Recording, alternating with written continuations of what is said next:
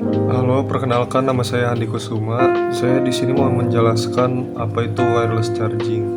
Wireless charging adalah transmisi daya melalui celah udara ke perangkat listrik dengan tujuan pengisian energi. Dibutuhkan rangkaian transmitter sebagai pemancar dan receiver sebagai penerima dalam transfer daya listrik. Nah, kemudian ada transmitter. Transmitter merupakan sebuah perangkat untuk mengirim sinyal ke receiver, di mana outputnya berupa data dalam bentuk sinyal RF yang bernilai sama dengan data-data yang diinputkan pada transmitter yang dicampur dengan sinyal osilator.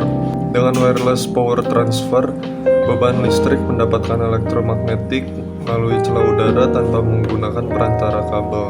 Rangkaian transmitter terdiri dari suatu rangkaian pembangkit tegangan arus bolak-balik AC dengan frekuensi tinggi dan rangkaian LC sebagai penghasil frekuensi resonansi magnetik berupa medan listrik dan medan magnet yang akan mengirimkan daya listrik ke rangkaian penerima. Kemudian di sini ada receiver. Receiver terdiri dari suatu rangkaian LC dengan frekuensi resonansi yang sama atau mendekati dengan rangkaian pemancar sebagai penangkap induksi resonansi magnetik dari rangkaian pemancar untuk menerima daya listrik yang akan disalurkan menuju beban.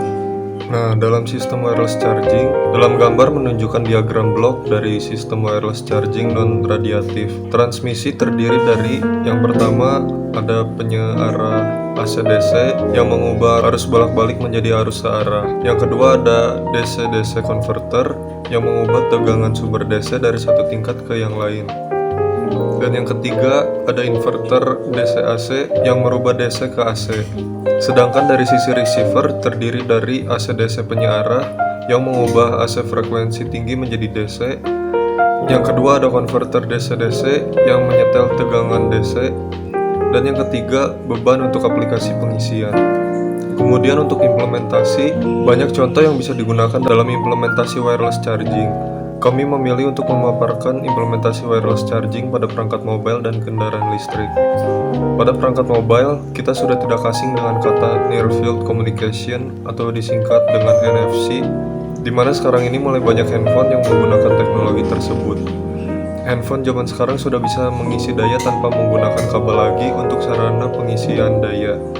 NFC menggunakan sistem yang dibuat sedemikian rupa yang biasanya ditanam di bagian belakang handphone, di mana teknologi NFC ini akan memaparkan gelombang yang bisa ditangkap oleh receiver yang telah terhubung pada penyalur daya.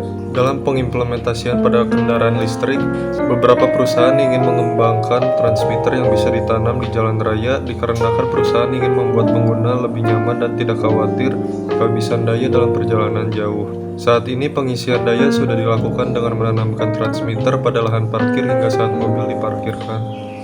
Kendaraan akan mengisi daya secara otomatis. Dan ada juga rancangan lain, yaitu bantalan receiver yang ditanam di bagian bawah mobil dan bantalan transmitter akan ditanam di garasi atau lahan parkir beraspal. Jadi dapat kita simpulkan bahwa wireless charging adalah teknologi terbaru dalam hal pengisian baterai yang praktis. Secara detail, pengertiannya adalah teknologi yang memanfaatkan gelombang elektromagnetik yang dihasilkan oleh coil yang terdapat pada wireless pad, kemudian ditangkap oleh coil yang ada pada bagian receiver. Hampir sama layaknya induksi listrik yang terdapat pada generator listrik yang memanfaatkan gerakan statis untuk menghasilkan arus listrik. Teknologi wireless charger ini bukanlah teknologi yang efisien dan dapat dinikmati tanpa adanya kekurangan. Salah satu kekurangan yang dapat dirasakan adalah pengisian daya yang tidak terlalu cepat dan cenderung sangat panas saat pengisian baterai. Karena semakin lama coil ini bekerja, induksi listrik yang digunakan juga dapat menghasilkan panas. Sekian dari saya, terima kasih.